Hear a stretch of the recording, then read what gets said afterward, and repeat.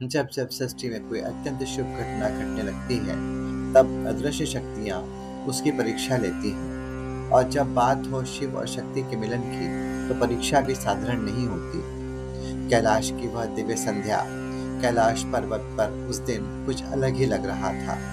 हवा में असामान्य शांति थी, मानो आकाश सांस रोककर बैठा था। डमरू की पहली थाप गूंजी और उसी के साथ शिव की बारात आगे बढ़ने की तैयारी में निकली। नंदी महाराज आगे थे। गण, योगी, भूत, प्रेत, सिद्धि, जोगनी, सब एक साथ। केवल बारात ही नहीं बल्कि सृष्टि के संतुलन की यात्रा थी। सब प्रकार के जीव जंतु, सब प्रकार के प्राणी, सभी उसमें उपस्थित। छाया लोक में उठता संतोष पर आकाश के उस भाग में जहाँ प्रकाश नहीं पहुँचता, जहाँ समय भी डगमगाता है, वहाँ राहु और केतु जाग चुके थे। राहु की दृष्टि में असहजता थी, केतु के चारों ओर गहरी नीरवता थी। राहु केतु अपनी माता सिंहिका के साथ विचार मग्न थे।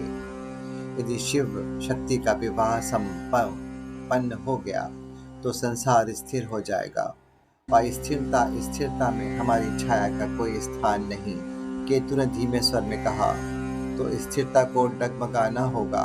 उसी क्षण भ्रम का जाल बुना जाने लगा। सबसे पहला छल राहु ने रचा। राहु ने दिशाओं का भ्रम बनाया। शिवराज जैसे ही आगे बढ़ी, धरती का मार्ग अचानक बदलने लगा। जो रास्ता सामने था वह पीछे घूम गया।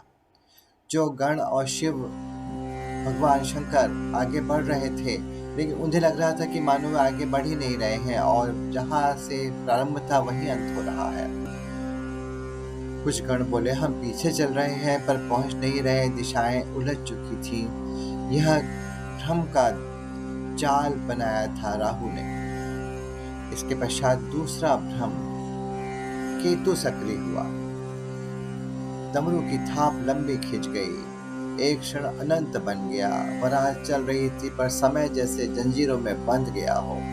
देवताओं के मुख गंभीर हो गए। ये समय का बंधन बना दिया गया। समय आगे बढ़ना बंद हो गया और समय स्थिर हो गया। इसके पश्चात तीसरा भ्रम, पुनः छाया भ्रम बनाया गया। वह इस प्रकार भ्रम बनाया गया कि सबके मन में एक विरक्ति आने लगी, जो केतु ने बनाया था, क्योंकि केतु विरक्ति और विरक्ति का प्रतीक है।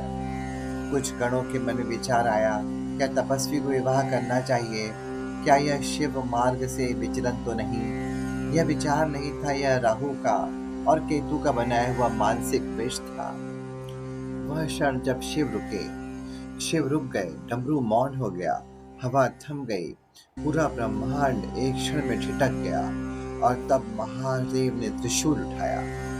महादेव समझ गए कि यह माया, कूट माया, ये जाल, ये भ्रम राहु केतु या इस प्रकार की किसी राक्षस शक्ति ने ही बनाया है।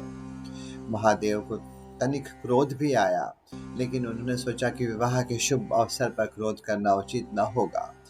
लेकिन फिर भी उन्होंने क्रोधवश त्रिशूल उठाया और रथ पर खड़े हो गए। उनका तीसरा नेत्र दैदीप्यमान हो गया और त्रिशूल का उठाना ही मान लो चेतावनी था। आकाश में गर्जना हुई, बिजली दिशाओं को चीरती हुई दौड़ी और त्रिशूल की नोक से नीला प्रकाश फूटा।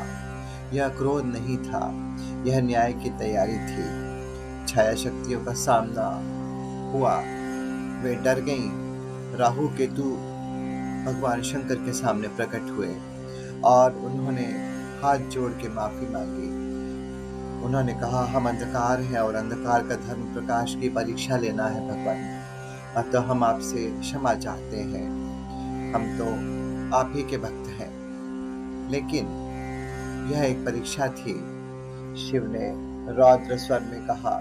शिव जानते थे कि राहु केतु अमृत का पान कर चुके हैं और उन्हें नष्ट करना असंभव है, अतः उन्हें दंड देकर और उन्हें किसी प्रकार से समझा कर यहाँ से विदा करना ही उचित समझा। और पवित्र माहौल भी था। शिव गर्जे, परीक्षा तब तक ही धर्म है जब तक वह मर्यादा में हो। त्रिशूल घूम गया, आकाश फट सा गया, लेकिन प्रहार नहीं हुआ। शिव ने उन्हें श्राप दिया।